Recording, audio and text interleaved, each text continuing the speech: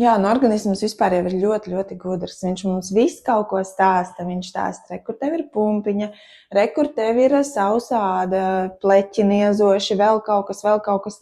Tā kā dari kaut ko, maini savu dzīvesveidu, maini savus ēšanas paradumus, liekais svars, varbūt vairāk kustību jāpieslēdz, atkal mainam ēdienkarti, strādājam ar sevi, ar savu uzturu, ar saviem ikdienas ieradumiem, ja?